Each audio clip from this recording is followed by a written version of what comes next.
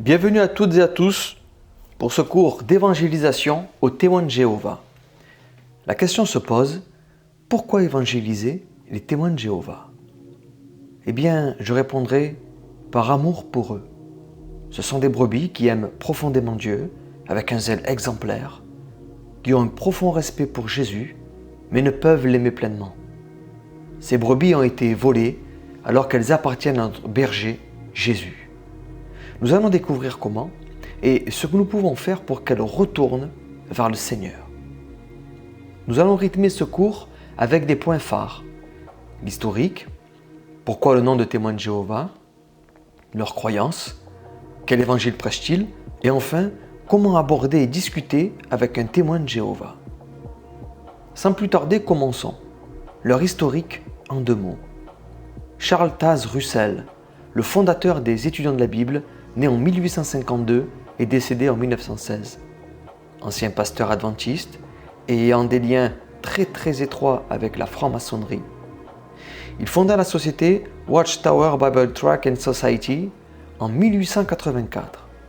La Watchtower est la principale entité mondiale utilisée par les témoins de Jéhovah afin d'imprimer et de propager les doctrines fondées sur leur propre compréhension et traduction de la Bible via des publications.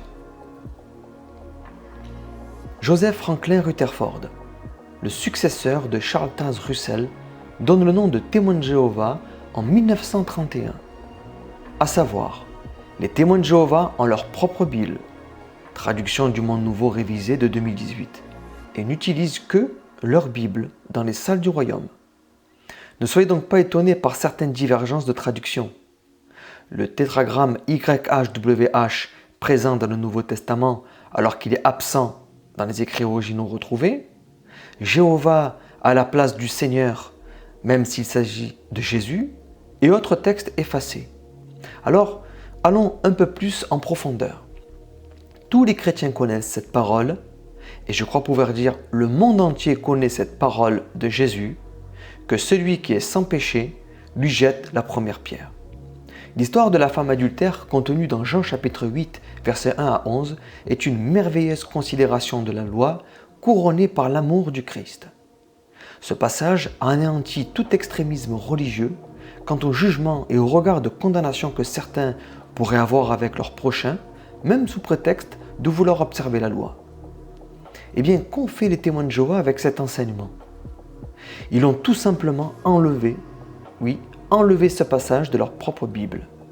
Alors que cette histoire était présente dans leur ancienne traduction, eh bien, ils ont décidé de lever ce merveilleux passage dans la dernière version de leur Bible. Du coup, lorsque vous prenez Jean chapitre 8 et les versets 1 à 11, eh bien, il n'existe plus. Et vous arrivez directement au verset 12. Les témoins de Jéhovah vous diront que c'est parce que ce texte n'est pas retranscrit dans tous les codex. Donc, pour leur dernière version révisée, ils l'ont supprimé. Curieux comme décision, non? La vérité cachée, c'est que quiconque décide de se retirer de cette organisation, même volontairement, c'est-à-dire sans péché avéré, eh bien est excommunié. Et ce passage ne leur convient pas du tout. L'histoire de la femme adultère ne sera plus jamais enseignée chez les témoins de Jéhovah et aux générations futures méconnues. La liste des textes falsifiés serait trop longue pour tous les citer, mais voici 2 exemples. En 1 Corinthiens chapitre 10, il est écrit « Ne provoquons pas Christ, comme certains d'entre eux l'ont fait, si bien qu'ils sont morts, victimes des serpents. » Eh bien, dans la Bible des témoins de Jéhovah, il est écrit « Ne provoquons pas Jéhovah ». Ils ont supprimé le mot Christ pour mettre le tétragramme à la place. Romains chapitre 14, les versets 1, 8. « Ainsi, soit que nous vivions, soit que nous mourions, nous appartenons au Seigneur. En effet, Christ est mort et il est ressuscité. Il est revenu à la vie pour être le Seigneur des morts et des vivants. » Dans la Bible des témoins de Jéhovah, le mot Seigneur est enlevé. Il est écrit « Nous appartenons à Jéhovah ». Ils ont enlevé le mot Seigneur pour mettre le tétragramme. Alors qu'ici, il est bien question de Jésus, puisqu'au verset 9, il est écrit « En effet, Christ est mort et il est ressuscité. Il est revenu à la vie pour être le Seigneur des morts et des vivants. » Vous l'aurez bien compris, la volonté des dirigeants des témoins de Jéhovah étant d'abaisser le nom de Jésus au profit d'un autre nom. Vous pouvez bien évidemment vérifier tout cela dans l'interlinéaire grec disponible en ligne. Le baptême chez les témoins de Jéhovah. Le Seigneur est très clair sur le baptême que doivent observer les chrétiens. Il est écrit en Matthieu chapitre 28 et verset 18, « Jésus s'approcha et leur dit, « Tout pouvoir m'a été donné dans le ciel et sur la terre. Allez donc, faites de toutes les nations des disciples, baptisez-les au nom du Père, du Fils et du Saint-Esprit, et enseignez-leur à mettre en pratique tout ce que je vous ai prescrit. Et moi, je suis avec vous tous les jours jusqu'à la fin du monde. » Mais chez les témoins de Jéhovah, le baptême n'est pas pratiqué tout à fait comme cela. Il est réalisé en immersion totale dans l'eau, pas de souci, mais pas sous l'affirmation au nom du Père, du Fils et du Saint-Esprit. En fait, il y a deux questions qui sont posées aux candidats au baptême et leur réponse affirmative montrerait que le baptême est validé aux yeux de tous. Lisons ensemble ces questions et nous verrons que le baptême des témoins de Jéhovah n'est pas biblique, donc pas valable. Vous avez sous les yeux les questions officielles des candidats au baptême des témoins de Jéhovah. Les deux questions sont les suivantes. Question 1. Sur la base du sacrifice de Jésus-Christ, vous êtes-vous repenti de vos péchés et vous êtes-vous voué à Jéhovah pour faire sa volonté? Question 2. Comprenez-vous qu'en vous vouant à Dieu et en vous faisant baptiser, vous vous identifiez à un témoin de Jéhovah et vous vous unissez à l'organisation divine qui est dirigée par l'Esprit Saint? Ici, à la lecture de ces deux questions, je comprends que je suis voué à Jéhovah, mais pas à Jésus dans la question 1. Et dans la question 2, je comprends que je suis uni à une organisation qui, elle, est dirigée par l'Esprit Saint. Mais je n'ai pas de rapport direct avec l'Esprit Saint. Ici, il y a le Père, le Fils et le Saint-Esprit. Mais voilà qu'en octobre 2015, les questions du candidat au baptême changent un peu. Ici, dans la question 1, il est toujours question de se vouer à Jéhovah et pas à Jésus. Dans la question 2, toujours question d'appartenir à une religion, à cette organisation. Mais il est écrit qui est dirigé par son esprit. Il n'est pas écrit Esprit Saint, mais son esprit.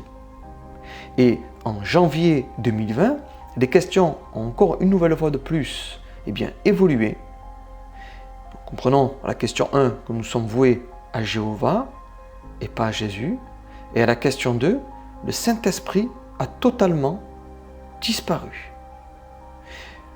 Nous voyons qu'au fil des années, les questions du baptême ont évolué de telle manière que l'Esprit de Dieu, le Saint-Esprit, a perdu de sa puissance jusqu'à ne même plus exister. La société Watchtower a toujours fonctionné avec la même stratégie pour attirer les fidèles. Elle a prophétisé des dates de fin du monde. 1914, 1925, 1975, échec sur échec. Elle continue aujourd'hui avec la génération de 1914 qui ne devait pas passer avant que la fin du monde ne vienne et qui est donc passée. Du coup, la Watchtower essaie de se sortir de cette prophétie avec une pirouette de second groupe et du blablabla qui ne tient pas debout. En parlant de ces fausses prophéties, vous pouvez toucher le cœur des témoins de Jéhovah. En effet, il est écrit en Deutéronome chapitre 18 et le verset 22, « Quand ce qui dira le prophète n'aura pas lieu et n'arrivera pas, ce sera une parole que l'Éternel n'aura pas dite. C'est par arrogance que le prophète l'aura dite. N'aie pas peur de lui. » Comment ne pas parler de l'excommunication extrémiste pratiquée chez les témoins de Jéhovah? Toute personne qui décide de quitter cette organisation connaîtra l'ostracisme de la part de ses parents, familles proches et amis. Si nous lisons les écrits de la Watchtower, donc via leur publication La Tour de Garde d'octobre 2017, il est écrit « Fais passer ta fidélité à Jéhovah avant ton amour pour ta famille ». Sous l'intitulé « Un proche quitte Jéhovah », il est écrit, paragraphe 17, « Si un membre de ta famille est excommunié ou s'il se retire de la congrégation, donc c'est-à-dire sans péché avéré, eh bien, respecte la discipline de Jéhovah. Même si la discipline de Jéhovah est douloureuse, Jéhovah nous ordonne de cesser de fréquenter. » C'est-à-dire qu'ici, nous comprenons que les témoins de Jéhovah, c'est un ordre qu'ils ont. Donc, même si cela nous fait de la peine, nous devons éviter tout contact non nécessaire avec un proche excommunié, que ce soit par téléphone, texto, courrier, email ou réseau social. Et toute personne qui passera outre cet ordre se verra repris, voire même excommunié, après un comité de discipline religieuse formé par les anciens de l'Assemblée. Les témoins de Jéhovah sont en erreur en pensant plaire à Dieu et aux principes bibliques, en pratiquant l'excommunication extrémiste qui finalement brise les familles. Vous pouvez ensuite leur poser cette question. Est-ce que vous réalisez le nombre de familles détruites dans le monde entier par cette pratique? Puis laissez répondre. Ainsi, vous toucherez leur cœur et il ne serait pas impossible qu'un de vos interlocuteurs vive personnellement cette situation. Vous pouvez ensuite lire le passage contenu dans Romains, chapitre 13, les versets 8. Ne devez rien à personne, si ce n'est de vous aimer les uns les autres, car celui qui aime les autres a accompli la loi. En effet, les commandements « tu ne commettras pas d'adultère, tu ne commettras pas de meurtre, tu ne commettras pas de vol, tu ne porteras pas de faux témoignages, tu ne convoiteras pas », ainsi que tous les autres, se résument dans cette seule parole. Tu aimeras ton prochain comme toi-même. L'amour ne fait pas de mal au prochain. L'amour est donc l'accomplissement de la loi. Les témoins de Jéhovah doivent réaliser le caractère extrémiste de cette pratique et se poser les bonnes questions, et notamment celle de l'appartenance à un tel mouvement religieux. Quel danger dans sa vie et celle de sa famille. Les témoins de Jéhovah seraient le peuple que Dieu dirige. Pas d'autre peuple que les témoins de Jéhovah. Un témoin de Jéhovah pense être dans la vérité en appartenant à la religion des témoins de Jéhovah. Les autres religions sont forcément dans l'erreur. Les témoins de Jéhovah pensent qu'ils sont la vérité. Mais au fait, la vérité c'est quoi? C'est Jésus. En Jean chapitre 14 verset 6 il est écrit « Je suis le chemin, la vérité et la vie ». Et Jésus n'est pas une religion. Une autre question se pose, c'est qui le peuple de Dieu? Eh bien c'est le peuple qui est en Christ, et pas dans une dénomination religieuse, quelle qu'elle soit d'ailleurs. Tite chapitre 2 verset 10 à 14, il est écrit « En attendant notre bienheureuse espérance, la manifestation de la gloire de notre grand Dieu et Sauveur Jésus-Christ, il s'est donné lui-même pour nous afin de nous racheter de toute faute et de se faire un peuple qui lui appartienne. » Appartiennent à qui? À Jésus, purifié et zélé pour de belles œuvres. À savoir qu'une tenue vestimentaire est exigée pour assister au culte des témoins de Jéhovah.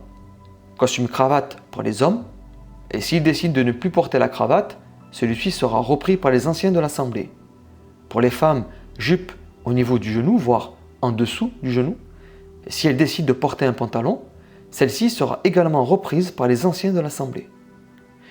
Le port de la barbe est fortement déconseillé sous peine de se voir retirer les services dans l'Assemblée, comme le service d'accueil ou la sonorisation par exemple. Ainsi, avec ces règles humaines et non bibliques, cela permet aux dirigeants un fort contrôle sur les adeptes par ce joug humain asservissant. À savoir aussi que les témoins de Jéhovah doivent rendre un rapport mensuel indiquant les heures de prédication effectuées. Jésus a-t-il dit que c'est aux heures de prédication effectuées que l'on reconnaîtrait quelqu'un de zélé et de spirituel? Pourquoi ce nom de témoin de Jéhovah? Ce nom de témoin de Jéhovah a été pensé en 1931 en corrélation avec un texte de l'Ancien Testament. Ésaïe chapitre 43, les versets 10, il est écrit « C'est vous qui êtes mes témoins, déclare Yahweh, Jéhovah. Vous êtes donc mes témoins, déclare Yahweh, Jéhovah, que c'est moi qui suis Dieu. » Nous pouvons expliquer aux témoins de Jéhovah que dans l'Ancien Testament, le peuple d'Israël devait être témoin que le Dieu unique était le vrai Dieu parmi et malgré le monde païen adorant plusieurs dieux. Le Dieu d'Israël a sauvé maintes et maintes fois son peuple qui en a bien été témoin. Cependant, il s'agissait que de délivrance terrestre. Les Israélites attendaient plus que tout la véritable délivrance spirituelle et le rétablissement du royaume de Dieu par le Messie tant attendu. La suite, vous la connaissez, ils n'ont pas pu être les témoins de Jésus, car ils l'ont tué. Aujourd'hui, n'étant plus sous la loi de l'Ancien Testament, mais plutôt au temps de la grâce, nous, chrétiens, sommes fiers et heureux d'être les témoins de Jésus, témoins que le Messie est venu, témoins que c'est Jésus et lui seul que nous attendions et qui nous libère du péché, celui qui va rétablir le royaume de Dieu en attendant son glorieux retour. Aujourd'hui en Israël, les Juifs se disent toujours être les témoins du Dieu unique, conformément aux écrits d'Isaïe, mais ils ne peuvent pas être les témoins de Jésus. Il en va de même pour les témoins de Jéhovah. Ils ne peuvent pas être les témoins de Jésus, car la Watchtower fait et fera tout pour abaisser la vitalité du nom de Jésus en eux, et on verra plus tard comment. Pour toucher leur cœur, vous pouvez lire Actes chapitre 1, où Jésus dit, et les versets 8, « Mais vous recevrez une puissance lorsque le Saint-Esprit viendra sur vous, et vous serez mes témoins, à Jérusalem, dans toute la Judée, la Samarie, et jusqu'aux extrémités de la terre. » Nous serons les témoins de qui? Les témoins de Jésus. En Apocalypse chapitre 17, les versets 6, il est écrit « Et je vis cette femme ivre du sang des saints et du sang des témoins de Jésus. Et en la voyant, je fus saisi d'un grand étonnement. » Nous allons à présent aborder la partie croyance. Il y aurait tellement à dire que j'ai décidé d'orienter l'étude sur les notions de la compréhension du Père, du Fils et du Saint-Esprit selon la vision des témoins de Jéhovah. Le Père, YHWH, Jéhovah ou Yahweh. Ce qu'il faut savoir sur le nom de Dieu. Moïse a demandé à Dieu « Quel est ton nom ?» en Exode chapitre 3, versets 11 à 16. Jusqu'ici, Dieu n'avait pas de nom. Il était toute chose. D'Abraham, d'Isaac et de Jacob, l'unique, le puissant et vrai. Mais voilà qu'est apparu le tétragramme YHWH qui apparaît un peu moins de 7000 fois dans les Écritures de l'Ancien Testament jusqu'au prophète Malachie. Environ 400 ans séparent l'Ancien Testament du Nouveau Testament. Mais que s'est-il passé entre-temps concernant ce nom? Les pharisiens ont décidé de ne plus prononcer le nom de Dieu pour respecter cette loi de Moïse en Exode chapitre 20 verset 7. Tu n'utiliseras pas le nom YHWH ton Dieu à la légère, car YHWH ne laissera pas impuni celui qui utilisera son nom à la légère. De ce fait, ils substituèrent la prononciation exacte du nom YHWH par Adonai, et ce même quand ils lisaient les Écritures. À savoir que les Écritures hébraïques ne comportent que des consonnes, d'où le risque de perdre la prononciation exacte d'un mot si le mot n'est plus prononcé. Historiquement, le nom de Dieu était prononcé que dans le temple de Jérusalem, uniquement par les prêtres et en 2 occasions. Par le grand prêtre lorsqu'il se rendait dans le Saint des Saints afin de répandre du sang sur le trône de miséricorde au jour de l'exception, Yom Kippour, Lévitique chapitre 16 versets 30 à 34, et par les prêtres lors de leur bénédiction au peuple qui avait lieu tous les matins mais uniquement dans l'enceinte du temple. Lors de cette cérémonie, seuls les prêtres pouvaient utiliser le nom et le peuple présent ne répondait que « Béni soit le nom de son glorieux royaume à jamais ». Mais voilà que le temple de Jérusalem fut détruit le 8 septembre de l'an 70. Le nom de Dieu a donc cessé d'être prononcé. Jusque-là, même jusqu'à ne plus savoir quelle est la véritable prononciation, puisqu'il était prononcé uniquement dans le temple de Dieu et que ce temple fut détruit. Cependant, les massorettes ont inclus dans les Écritures des points positionnés entre les consonnes de manière à préfigurer les voyelles afin de pouvoir aujourd'hui prononcer le tétragramme. Et aujourd'hui, quel est ce nom? Quelle est la prononciation exacte du nom de Dieu? Eh bien, nul ne le sait. Et tous les observateurs avertis sur et avec la connaissance des Écritures et de l'histoire d'Israël s'accordent à dire que nul ne le sait. Les témoins de Jéhovah le reconnaissent aussi dans leurs écrits, alors que cela ne les arrange pas du tout, tant ils accordent de l'importance à ce nom. La prononciation originelle du nom divin, c'est perdu. Alors comment créer un terrain d'entente sur la prononciation du nom de Dieu, tellement importante pour les témoins de Jéhovah? Eh bien, expliquons aux témoins de Jéhovah que nous employons plutôt le nom Yahvé ou Yahweh, et que nous n'avons aucun problème avec le nom de Dieu et sa prononciation. Ensuite, montrons que dans les Écritures, le nom le plus important à faire connaître, c'est celui de Jésus, car c'est le seul nom qui sauve. Vous toucherez leur cœur en lisant Actes chapitre 4, verset 11. Jésus est la pierre rejetée par vous qui construisez et qui est devenue la pierre angulaire. Il n'y a pas de salut en aucun autre, car il n'y a sous le ciel aucun autre nom qui ait été donné parmi les hommes par lesquels nous devions être sauvés. Éphésiens chapitre 1, verset 21. Au-dessus de toute domination, de toute autorité, de toute puissance, de toute souveraineté et de tout nom qui peut être nommé non seulement dans le monde présent, mais encore dans le monde à venir. Philippiens chapitre 2, les versets 9. C'est aussi pourquoi Dieu l'a élevé à la plus haute place et lui a donné le nom qui est au-dessus de tout nom, afin qu'au nom de Jésus, chacun plie le genou dans le ciel, sur la terre et sous la terre, et que toute langue reconnaisse que Jésus-Christ est le Seigneur, à la gloire de Dieu, le Père. À ce stade, nous pouvons faire un point.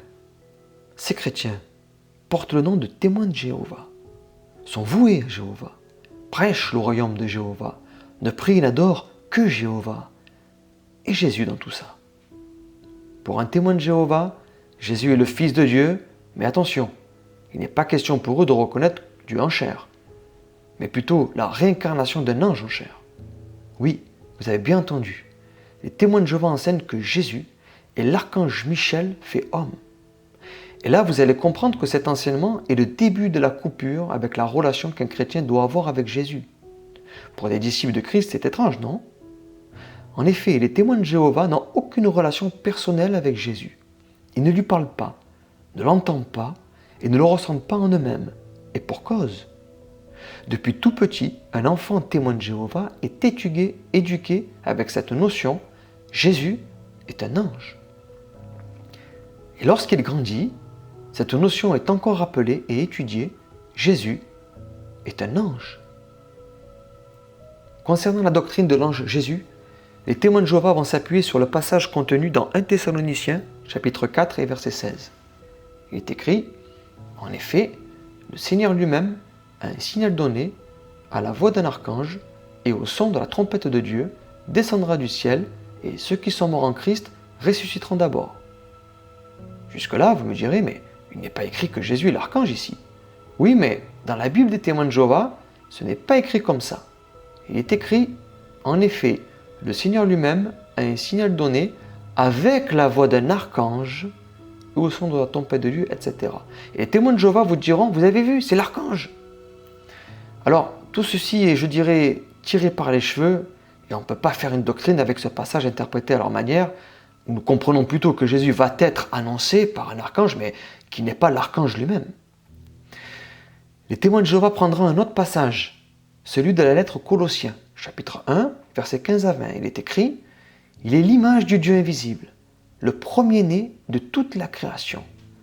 Car en lui ont été créées toutes les choses qui sont dans les cieux et sur la terre, les visibles et les invisibles, trône, dignité, domination, autorité, tout a été créé par lui et pour lui.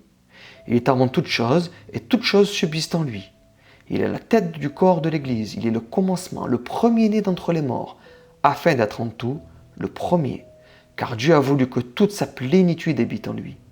Il a voulu par lui réconcilier tout avec lui-même, tant ce qui est sur la terre que ce qui est dans les cieux, en faisant la paix par lui, par le sang de sa croix. Et les témoins de Jéhovah vous diront, vous voyez au verset 15, il est écrit que Jésus est le premier-né de la création. Donc cela veut dire que Dieu a créé cet ange avant de créer tout le reste, et cela appuierait donc la notion de l'ange Jésus. Nous pouvons expliquer que nous ne faisons absolument pas la même lecture. Ici, et notamment avec le terme premier-né. Il n'est pas question de premier-né dans le sens premier numérique, mais plutôt de premier-né dans le sens de prééminence sur toute chose. D'ailleurs, si l'on prend le verset 18, il est fait aussi mention du premier-né d'entre les morts, mais non dans le sens premier-né numérique, puisque nous savons que Lazare a été ressuscité avant Jésus, par exemple. Donc Jésus ne serait pas le premier ressuscité, si l'on suit la logique des témoins de Jéhovah, et la Bible se contredirait. Il est dit du roi David qu'il est le premier-né d'entre les rois dans le psaume 89, alors que nous savons que Saül a été roi avant lui. Nous le répétons, premier-né dans le sens de la prééminence sur tout, et non dans le sens premier-né numérique. La fin du verset 18 est claire. Il est écrit « afin d'être en tout le premier ». Vous pouvez aussi reprendre le passage de Daniel chapitre 10 pour montrer que l'archange Michel ne peut pas être Jésus. Le verset 13, il est écrit « Le chef du royaume de Perse m'a résisté 21 jours. Mais Michel, l'un des principaux chefs, est venu à mon aide et je suis resté là près des rois de Perse. » Ensuite, vous pouvez poser cette question. Pensez-vous que Jésus, le Fils de Dieu, n'est qu'un des principaux chefs? Nous pouvons le répéter, un ange ne peut pas être Jésus, car Jésus est à la droite de Dieu et un ange ne peut pas être à la droite de Dieu. Hébreux chapitre 1, verset 13. Enfin, auquel des anges a-t-il déjà dit « Assieds-toi à ma droite jusqu'à ce que j'ai fait de tes ennemis ton marchepied » Les anges ne sont-ils pas tous des esprits au service de Dieu, envoyés pour apporter de l'aide à ceux qui vont hériter du salut? Oui, les témoins de Jéhovah rejettent la divinité du Christ. La parole de Dieu, elle, prouve la divinité du Christ. Les prophètes ont annoncé la venue du Messie comme Dieu sur terre et non comme un ange. Ésaïe chapitre 9, verset 5. Son disciple Thomas l'a désigné comme son Seigneur et son Dieu, et pas comme son ange ou un ange envoyé du ciel. Jean chapitre 20, les versets 27 à 28. Jésus n'a jamais dit qu'il était un ange, mais plutôt que Dieu était en lui. Jean chapitre 14, versets 7 à 11. Jésus était de condition divine avant d'être un homme, et non angélique. Philippiens chapitre 2, versets 5 à 7. La divinité corporellement en Christ. Jésus a le sang de Dieu qui coule dans ses veines. Colossiens chapitre 2, verset 9. Jésus dit qu'il est l'alpha et l'oméga. Apocalypse chapitre 22, verset 12 à 16. Un ange ne peut pas avoir ces attributs-là. Tout autant de passages que vous pouvez citer aux témoins de Jéhovah lors de vos discussions et qui redonneront toute sa vraie puissance au Messie, celle de Dieu et non celle d'un ange. Pourquoi la déduction de l'archange Michel fait homme est-elle dangereuse? Eh bien tout d'abord parce que le culte des anges est interdit. Si nous lisons la lettre aux Colossiens chapitre 2 verset 18, il est écrit que personne, par son goût d'une fausse humilité et du culte des anges, ne vous prive de la victoire. Cela veut dire pas d'adoration, ni se prosterner, pas de prière, ni parler à un ange. Il ne viendrait pas à l'esprit, à nous, dans nos prières en tant que chrétiens, de parler à l'ange Gabriel, par exemple. Ça ne se fait pas, ce n'est pas biblique. Vous comprenez le danger?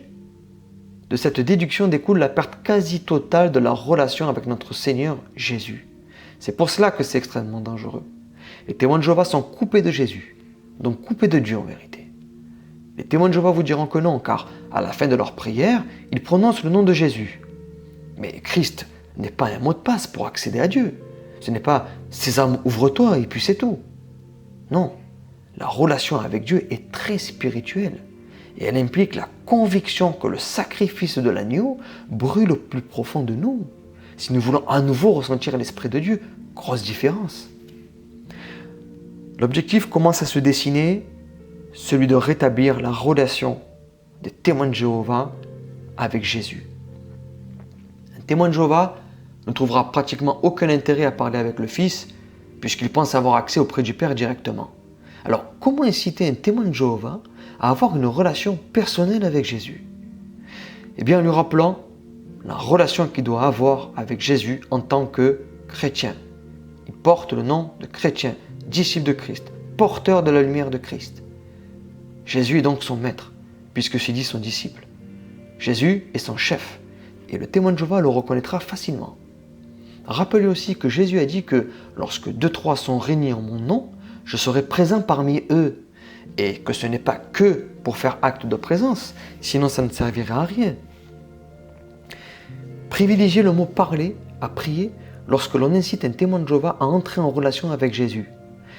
Les témoins de Jéhovah ne prient que Jéhovah, mais peuvent admettre pouvoir parler à Jésus. Oui, nous pouvons parler à Jésus en direct, sans déplaire à Dieu, et c'est même là une exhortation du Seigneur. En Jean chapitre 14, verset 12, il est écrit « En vérité, je vous le dis, celui qui croit en moi fera aussi les œuvres que je fais. Il en fera même de plus grandes, parce que je vais vers mon Père. Tout ce que vous demanderez en mon nom, je le ferai, afin que la gloire du Père soit révélée dans le Fils. » Le verset 14 martèle cette idée. « Si vous me demandez quelque chose en mon nom, je le ferai. » Jean chapitre 16, verset 25. « Je vous ai parlé en parabole. L'heure vient où je ne vous parlerai plus en parabole, mais où je vous parlerai ouvertement du Père.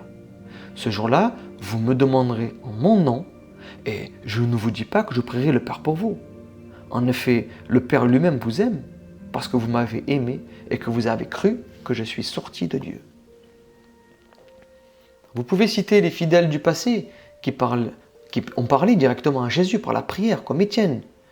En Actes chapitre 7, verset 56, il est écrit, il dit, donc Étienne, « Je vois le ciel ouvert et le Fils de l'homme debout à la droite de Dieu. » Il jetait des pierres à Étienne qui priait et disait, « Seigneur Jésus, accueille mon esprit. » Ou encore Paul, dans la lettre de Corinthiens chapitre 12, le verset 8, il est écrit, « 3 fois j'ai supplié le Seigneur de l'éloigner de moi. » Il parle ici de l'écharde qu'il avait dans la chair. Et il m'a dit, « Ma grâce te suffit, car ma puissance s'accomplit dans la faiblesse. » Ainsi, je me montrerai bien plus volontiers fier de mes faiblesses, afin que la puissance de Christ repose sur moi. Il y a bien eu un dialogue entre Jésus et les fidèles du passé. Les témoins de Jéhovah n'adorent que Jéhovah. La Bible des témoins de Jéhovah a systématiquement changé le terme adorer par rendre hommage lorsqu'il s'agit de Jésus uniquement. Pour le diable, ils ont laissé adorer, mais lorsque c'est pour Jésus, non. Mais vous pouvez tout de même montrer dans la Bible que Jésus est digne d'adoration. Jean chapitre 5, verset 22. Le Père ne juge personne, mais il a remis tout jugement au Fils, afin que tous honorent le Fils comme ils honorent le Père. Celui qui n'honore pas le Fils n'honore pas le Père qui l'a envoyé. Philippiens chapitre 2, verset 9. C'est aussi pourquoi Dieu l'a élevé à la plus haute place et lui a donné le nom qui est au-dessus de tout nom, afin qu'au nom de Jésus, chacun plie le genou dans le ciel, sur la terre et sous la terre. Apocalypse chapitre 5, les versets 13. Toutes les créatures qui sont dans le ciel, sur la terre, sous la terre, sur la mer, tous les êtres qui s'y trouvent, je les entendis s'écrier, à celui qui est assis sur le trône et à l'agneau, soit la louange, l'honneur, la gloire et la domination au siècle des siècles. Et les 4 êtres vivants répondaient « Amen ». Et les anciens se prosternèrent et adorèrent qui? Celui qui est assis sur le trône et à l'agneau, Jésus. Ces quelques passages les toucheront et sans doute qu'ils les méditeront par la suite.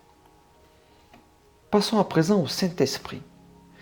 Le Saint-Esprit, pour un témoin de Jéhovah, n'est pas une personne, il n'est pas vivant, il n'est pas conscient. C'est une force agissante de Jéhovah. Attention, une parenthèse, pas de trinité pour le témoin de Jéhovah.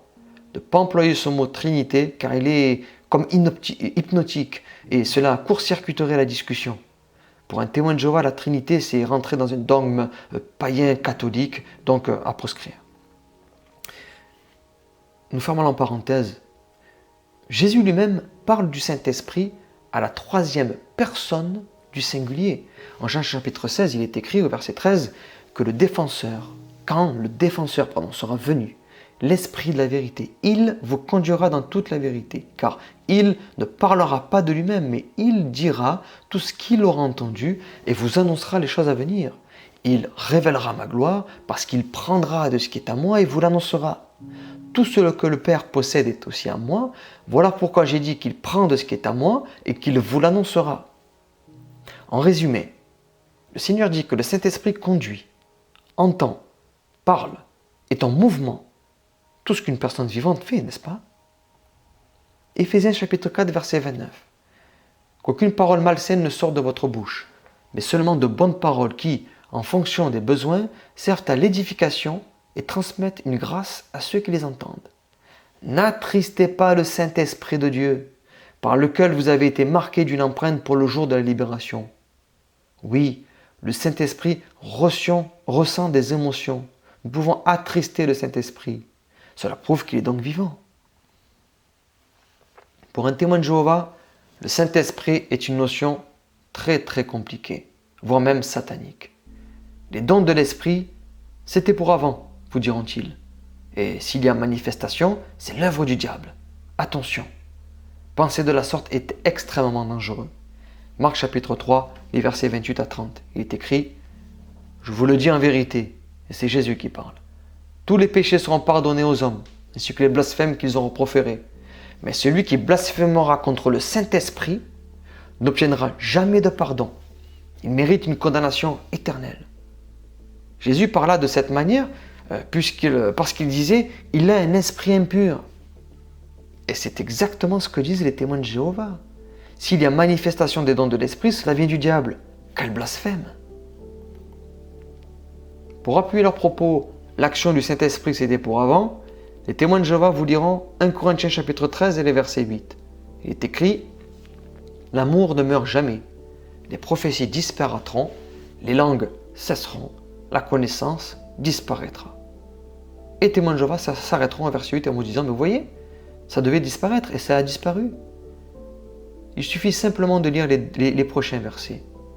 En effet, nous connaissons partiellement et nous prophétisons partiellement, mais quand ce qui est parfait sera venu, ce qui est partiel disparaîtra. Aujourd'hui, nous voyons au moyen de miroir, de manière peu claire, mais alors nous verrons face à face. Aujourd'hui, je connais partiellement, mais alors je connaîtrai complètement. Et là, ça change tout, à la lecture des versets suivants. Nous avons besoin plus que jamais des dons du Saint-Esprit, car ce qui est parfait n'est pas encore venu. Nous sommes toujours des pécheurs, rachetés aujourd'hui. Oui, les dons de l'Esprit, c'est encore valable aujourd'hui, plus que jamais, et heureusement. Dieu n'est pas mort en Jésus-Christ, et se manifeste toujours, d'autant plus dans les derniers jours. Actes chapitre 2, versets 17 à 21, puis 38 à 39.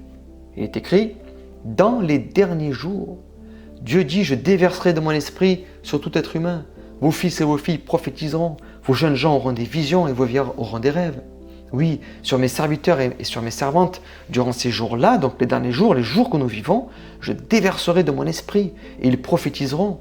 Je ferai des prodiges en haut dans le ciel et des signes miraculeux en bas sur la terre. » Verset 38, Pierre leur dit, « Changez d'attitude et que chacun de vous soit baptisé au nom de Jésus-Christ pour le pardon de vos péchés et vous recevrez le don du Saint-Esprit. En effet, la promesse est pour vous, pour vos enfants et pour tous ceux qui sont au loin, en aussi grand nombre que le Seigneur notre Dieu les appellera. » Des passages des Écritures qui toucheront leur cœur, assurément.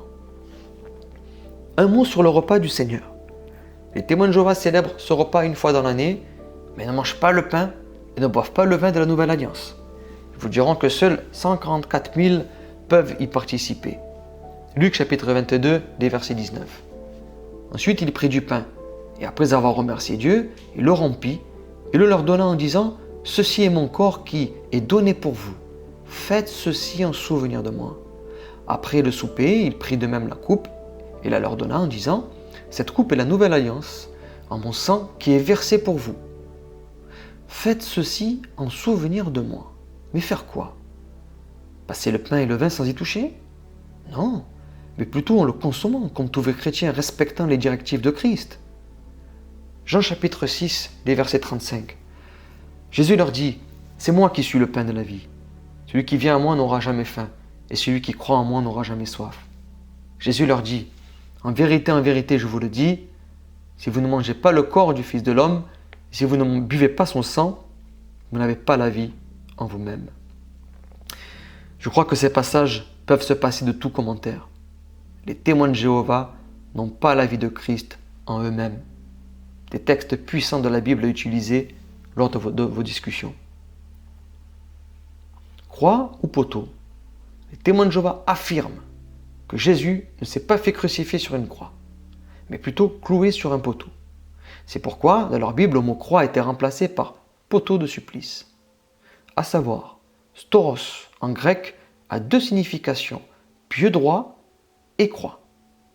Alors je vous conseille de ne pas rentrer dans ce genre de débat croix ou poteau, mais plutôt expliquer que ce qui est important, c'est que tout a été accompli lors de sa mort. Que c'est à ce moment-là que la tête du serpent a été écrasée et que le symbole de la croix représente la victoire du bien contre le mal et non l'instrument de torture de la mort de notre Seigneur Jésus. Il y a tout de même deux textes intéressants à ce sujet qui montrent que c'est bien la croix qui a été utilisée. Matthieu chapitre 27, verset 37, pour indiquer le motif de sa condamnation, on écrivit au-dessus de sa tête, celui-ci est Jésus, le roi des Juifs. Il est bien écrit au-dessus de sa tête, comme possible sur une croix, mais il n'est pas écrit au-dessus de ses mains, comme cela serait sur un poteau. Jean chapitre 20, verset 25. Mais il leur dit, c'est Thomas, si je ne vois pas dans ses mains la marque des clous, si je n'y mets pas mon doigt, et si je ne mets pas ma main dans son côté, je ne croirai pas. Des clous au pluriel, vous avez noté, sous-entend deux clous dans les mains et donc confirme la croix, plutôt que le poteau qui compterait qu'un clou du coup. Le salut par grâce est très flou pour un témoin de Jéhovah, car très dans les œuvres et dans la loi. Vous vous pouvez tout de même faire une lecture qui leur permettra d'entrouvrir la notion de la grâce dans la lettre aux Éphésiens chapitre 2, verset 8. En effet, c'est par la grâce que vous êtes sauvés, par le moyen de la foi. Et cela ne vient pas de vous, c'est le don de Dieu. Ce n'est pas par les œuvres afin que personne ne puisse se vanter. En réalité, c'est lui qui nous a fait. Nous avons été créés en Jésus-Christ pour des œuvres bonnes que Dieu a préparées d'avance afin que nous les pratiquions. Nous abordons à présent une question très importante, celle de l'évangile de Christ. L'évangile que nous devons prêcher en tant que chrétiens. Lisons 2 Corinthiens chapitre 4, le verset 3, il est écrit « Si notre évangile est encore voilé, il est pour ceux qui périssent, pour les incrédules, dont le Dieu de ce monde a aveuglé l'intelligence, afin qu'il ne voit pas briller l'éclat que projette l'évangile de la gloire de Christ, qui est l'image de Dieu. Nous ne prêchons pas nous-mêmes, c'est Jésus-Christ le Seigneur que nous prêchons, et nous nous déclarons vos serviteurs à cause de Jésus. En effet, le Dieu qui a ordonné que la lumière brille au sein des ténèbres, a aussi fait briller sa lumière dans notre cœur, pour faire resplendir la connaissance de la gloire de Dieu dans la personne de Jésus-Christ. La question est donc la suivante. Les témoins de Jéhovah prêchent-ils l'évangile de Christ? La réponse est non. Non, puisqu'ils n'apportent pas la bonne nouvelle que Jésus lui-même a prêchée, le retour du Fils de l'homme et l'enlèvement de l'Église. Oui, Jésus revient bientôt pour l'enlèvement de l'Église. En effet, cette bonne nouvelle, cette espérance est pour tous les chrétiens, enfin réunis avec notre Seigneur et pour toujours. Alléluia. Cette attente doit être l'apogée spirituelle de tout chrétien, mais elle n'est pas celle des témoins de Jéhovah. Les témoins de Jéhovah prêchent l'évangile de Jéhovah. La fin du monde, l'Armageddon et un accès au ciel fermé pour le plus grand nombre, alors que Jésus l'a inauguré pour nous au grand prix de son sacrifice sur la croix. Sur cette question très importante concernant le véritable évangile de Christ, il est primordial de rétablir le vrai évangile de Christ dans l'esprit des témoins de Jéhovah. Et je crois pouvoir dire que seul le maniement de la parole de Dieu pourra rétablir toute chose. Voici quelques versets clés. Tout d'abord, montrer que Jésus lui-même a prêché son retour et l'enlèvement de l'Église. Dans Matthieu chapitre 24, vous aurez le choix de cibler quelques versets tant il y en a. Je le répète, Matthieu chapitre 24 est une mine d'or concernant le véritable évangile de Christ. Le retour de Jésus et l'enlèvement de l'Église y est prêché de façon très claire par le Maître Jésus lui-même. Ensuite, montrer que c'est le retour de Jésus et l'enlèvement de l'Église que les premiers chrétiens ont prêché naturellement. Par exemple, Paul, dans 1 Thessaloniciens chapitre 4, versets 13 à 18, il est écrit « Nous ne voulons pas, frères et sœurs, que vous soyez dans l'ignorance au sujet de ceux qui sont morts, afin que vous ne soyez pas dans la tristesse comme les autres qui n'ont pas d'espérance. En effet, si nous croyons que Jésus est mort et qu'il est ressuscité, nous croyons aussi que Dieu ramènera par Jésus et avec lui ceux qui sont morts. Voici ce que nous vous déclarons d'après la parole du Seigneur. Nous, les vivants, restés pour le retour du Seigneur, nous ne devancerons pas ceux qui sont morts. En effet, le Seigneur lui-même, à un signal donné, à la voix d'un archange et au son de la trompette de Dieu, descendra du ciel et ceux qui sont morts en Christ ressusciteront d'abord.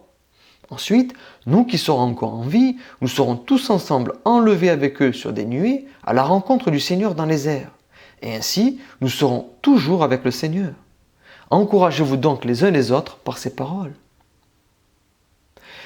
Le cri paix et sécurité relaté dans 1 Thessaloniciens chapitre 5 est très connu chez les témoins de Jéhovah. Mais il résonne une fois de plus comme l'Armageddon et non comme le retour de Jésus et l'enlèvement de son Église. Eh bien, une lecture très simple de ces versets montrera que ce cri paix et sécurité fait partie intégrante du retour du Seigneur et l'enlèvement de l'Église. Montrez ensuite qu'il faut surtout échapper à ce cri par l'enlèvement de l'Église, car quiconque reste sur la terre connaîtra les douleurs et la ruine. Le texte est clair. En ce qui concerne les temps et les moments, vous n'avez pas besoin, frères et sœurs, qu'on vous écrive à ce sujet. En effet, vous savez bien vous-même que le jour du Seigneur viendra comme un voleur de la nuit. Quand les hommes diront paix et sécurité, alors une ruine soudaine fondra sur eux, comme les douleurs sur la femme enceinte, et ils n'y échapperont pas. Mais nous qui sommes du jour, soyons sobres, enfilons la cuirasse de la foi et de l'amour, et ayons pour casque l'espérance du salut. En effet, Dieu ne nous a pas destiné la couleur, mais à la possession du salut par notre Seigneur Jésus-Christ, qui est mort pour nous afin que, soit que nous veillions, soit que nous dormions, nous vivions ensemble avec lui. Pour résumer cette question très importante, Jésus a prêché son retour et l'enlèvement de l'Église. Les chrétiens du 1er siècle également.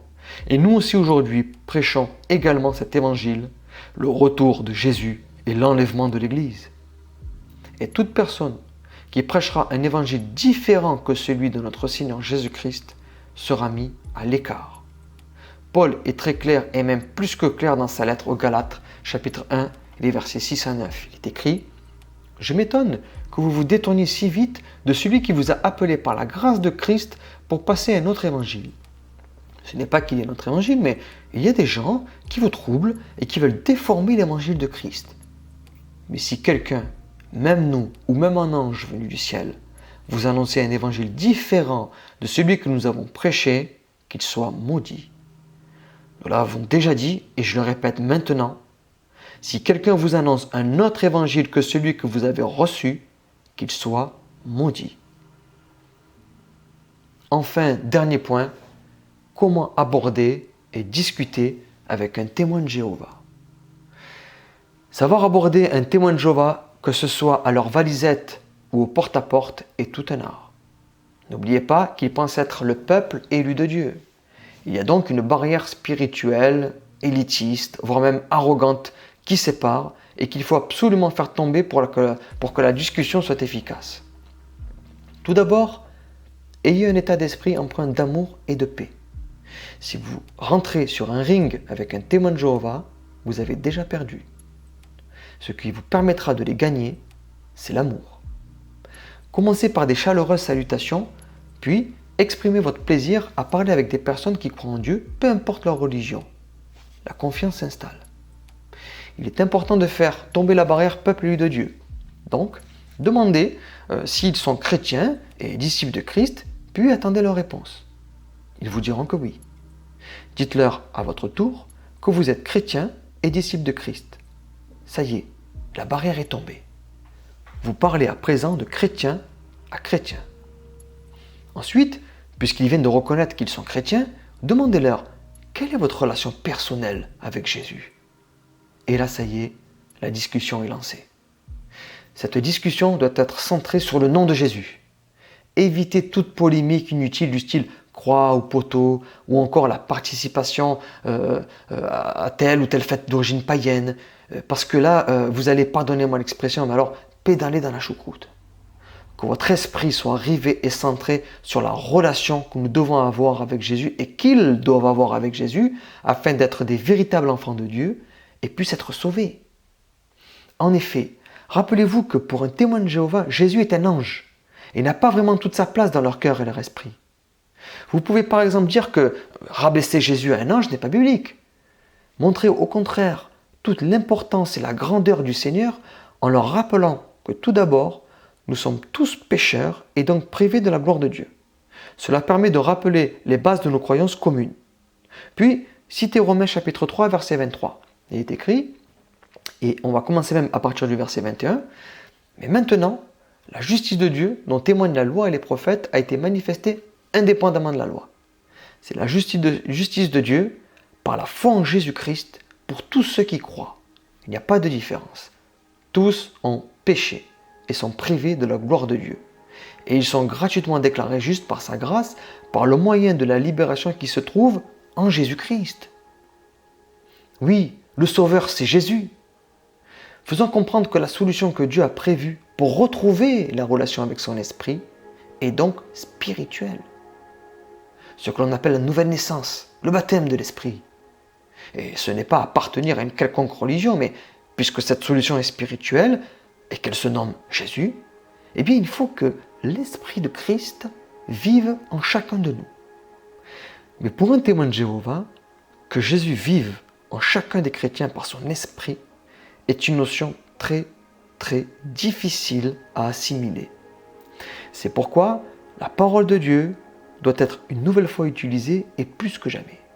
Romains chapitre 8, verset 1 est écrit « Il n'y a donc maintenant aucune condamnation pour ceux qui sont en Jésus-Christ, qui ne vivent pas conformément à leur nature propre, mais conformément à l'Esprit. verset 9. Quant à vous, vous n'êtes pas animés par votre nature propre, mais par l'Esprit. Si du moins l'Esprit de Dieu habite en vous. Si quelqu'un n'a pas l'Esprit de Christ, il ne lui appartient pas. Et si Christ est en vous, votre corps il est vrai mort à cause du péché, mais votre esprit est vie à cause de la justice. Et si l'Esprit de celui qui a ressuscité Jésus habite en vous, celui qui a ressuscité Christ rendra aussi la vie à votre corps mortel par son Esprit qui habite en vous. Cette notion hautement spirituelle les bousculera, mais les touchera au plus profond de leur être et peut constituer un déclic. Oui, la parole de Dieu a ce pouvoir-là. Il est écrit en Hébreux chapitre 4 et les versets 12, « En effet, la parole de Dieu est vivante et efficace, plus tranchante que toute épée à deux tranchants, pénétrante jusqu'à séparer âme et esprit, jointure et moelle. Elle juge les sentiments et les pensées du cœur. » Ainsi donc, un témoin de Jéhovah peut réaliser qu'il fait l'erreur d'être dans une religion au lieu d'être dans une relation avec celui à qui il doit tout, sa vie et son salut. Son sauveur personnel se trouve dans le nom du Seigneur Jésus-Christ. C'est en tout cas le raisonnement qu'il entreprendra s'il veut vraiment plaire à Dieu. Il est important de finir la discussion, quelle que soit l'issue, avec une bénédiction du style « Que le Seigneur vous bénisse » ou encore « Que Dieu vous bénisse dans le nom de Jésus ». Ces quelques paroles sont d'une saveur et d'une chaleur infinie. Elles toucheront leur cœur à coup sûr. En résumé, vous l'aurez compris, les témoins de Jéhovah n'ont aucune relation personnelle avec Jésus, car leur religion s'est bien chargée de tout ficeler pour abaisser la puissance du Messie dans leur cœur et leur esprit. L'objectif est donc de rétablir cette relation tellement salutaire et merveilleuse avec le Roi des Rois. La solution ? Prêchez le Christ, et uniquement le Christ avec le feu du Saint-Esprit, et vous toucherez le cœur et l'esprit des témoins de Jéhovah. Le Seigneur bénira et fera croître à coup sûr. Je terminerai en vous disant, à vous tous qui avez à cœur d'évangéliser aux témoins de Jéhovah, afin que ces brebis retrouvent le chemin de la vérité. Que Dieu vous bénisse, qu'il vous bénisse grandement, qu'il vous accompagne dans le nom puissant et la présence de Jésus-Christ, notre Roi et notre Sauveur. Amen.